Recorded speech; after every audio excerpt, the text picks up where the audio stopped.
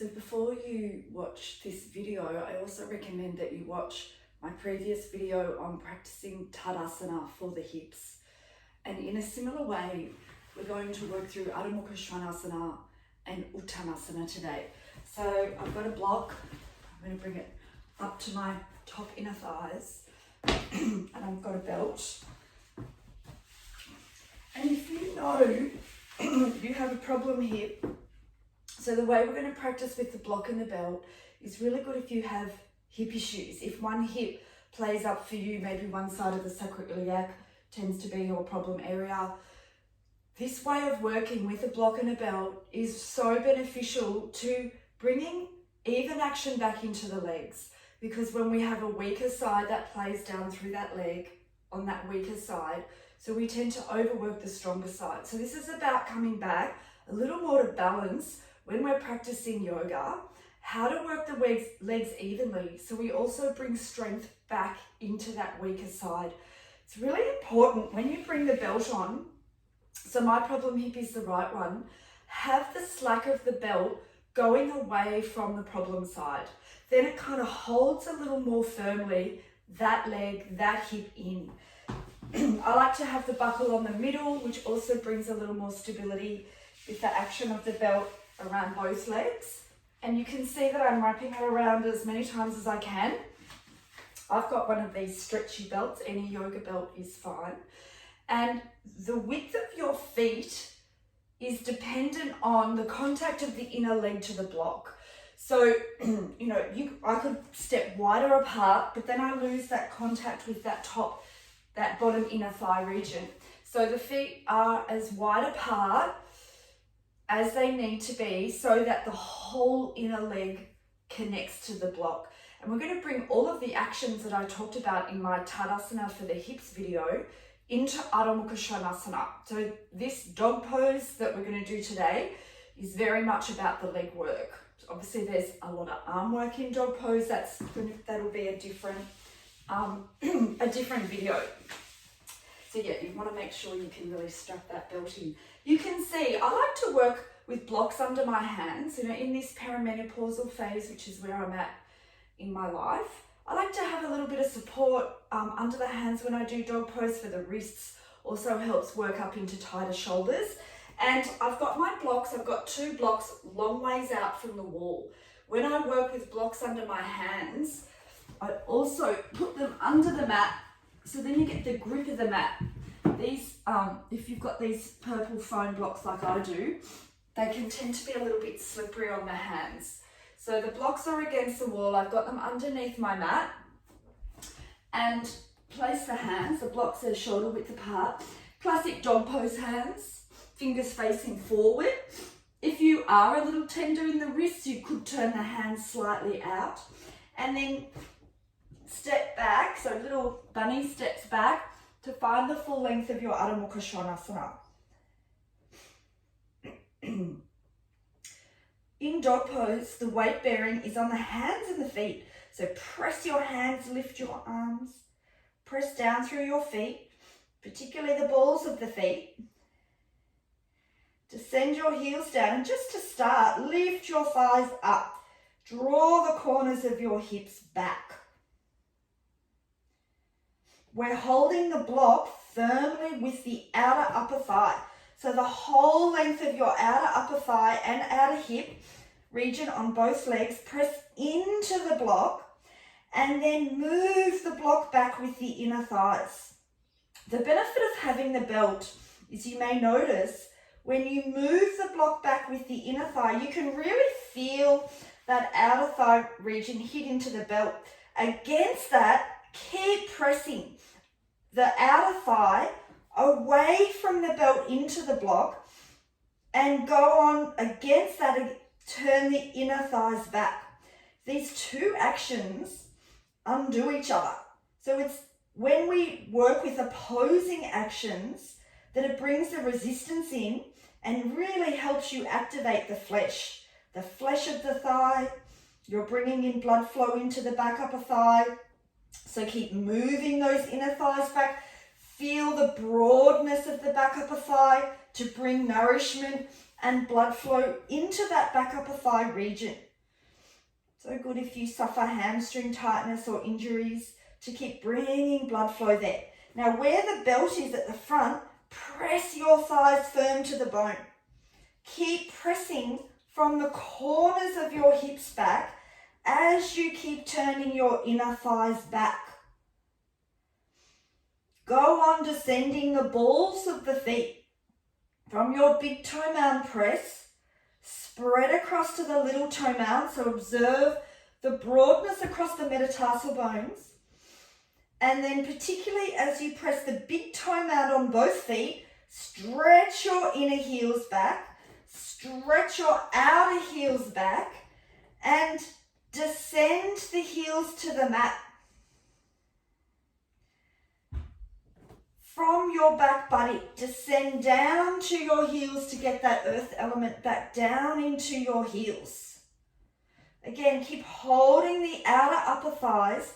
Keep moving your inner thighs back. Try not to lose that foundational action in the feet, particularly that inner foot. Big toe mounds descending, inner heels stretching back.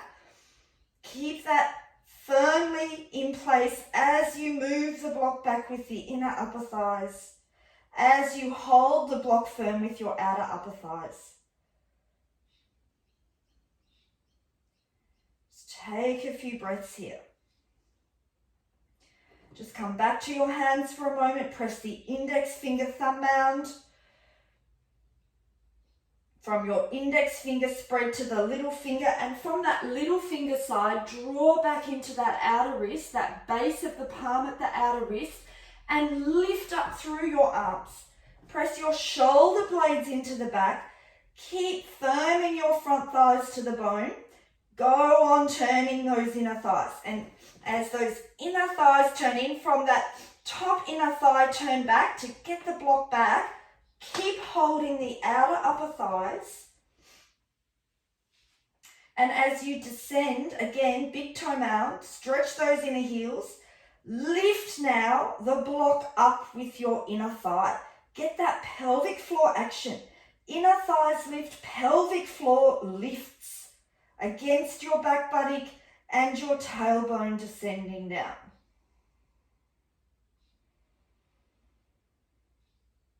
And then can you walk your hands back to your feet, concave your back, Uttanasana. If anybody wants, you can bring blocks in under the hands.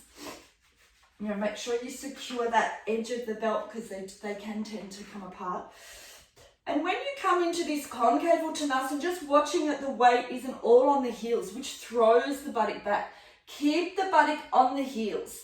So from the heels to your hips, you're in one line. Now I remember my first yoga teacher coming around with a long stick, not to hit us, but to align us. So in that sense, you need to bring a little more action into the balls of the feet like we did in dog pose. From the big toe mound to the little toe mound spread. And again, move the block back with the inner thigh, hold the block firm with the outer upper thigh. Observe that broadness in the back of the thighs. And then firm your front thigh flesh back without losing that descending energy through the balls of your feet.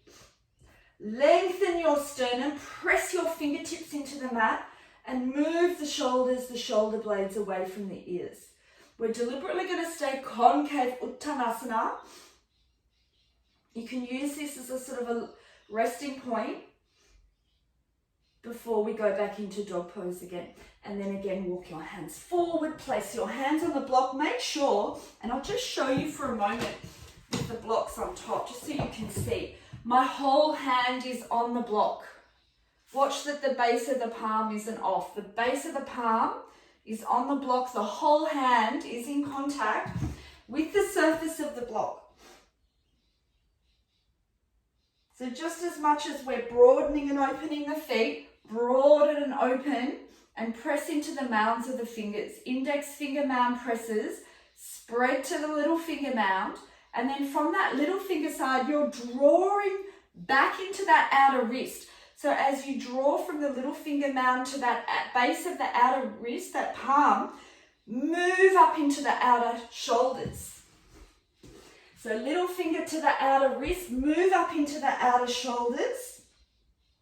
Keep pressing your inner palms, hold your elbows straight, and can you move your inner upper arms to your outer upper arms? Descend the balls of the feet, keep turning the block with the inner thighs, hold the block firm with the outer upper thighs, and one last time lift the block up with your inner thighs, which then helps lift that pelvic floor region deep up into the pelvis. Tailbone descend to the heel, back of the heel descend towards the mat. Then you get that length in the back calf. And then hold your mid-outer calf in as you keep turning the block back with your inner thighs. Hold the block firm with your outer upper thighs. So with every action, reinforce the hold of that block. And then again, walk your hands back to your feet, concave your back, Uttanasana. Again, watch how easy it is to lean back and throw the body back. Come a little more into the balls of the feet. And it's not to say you're not also pressing the heels, but bring the weight a little more forward. If you've seen my Tadasana for the hips video, I talk about the weight being more to the middle foot. So you're not leaning back into the heels, you're not overly leaning forward into the balls of the feet. You're somewhere in the center. Lift the toes, lift the shins, the knees, the thighs. Lift the block with the inner thighs. Turn the block back with the outer thighs. Hold firm your outer upper thighs. And those of you that can go a little bit further, hinge off your hips, lengthen your sternum, release the back of the skull. You can walk your hands as wide as the mat. Bend your elbows out to the side. And just recover yourself here.